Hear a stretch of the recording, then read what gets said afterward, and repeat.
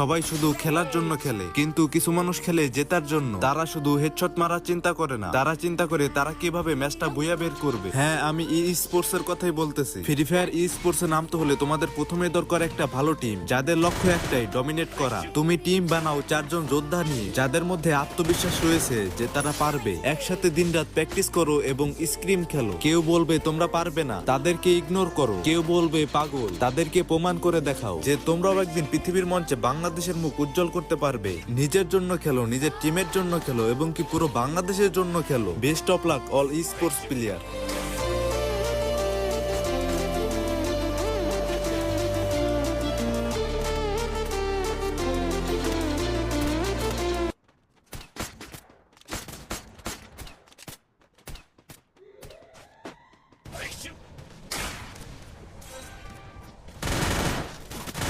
Killing spree!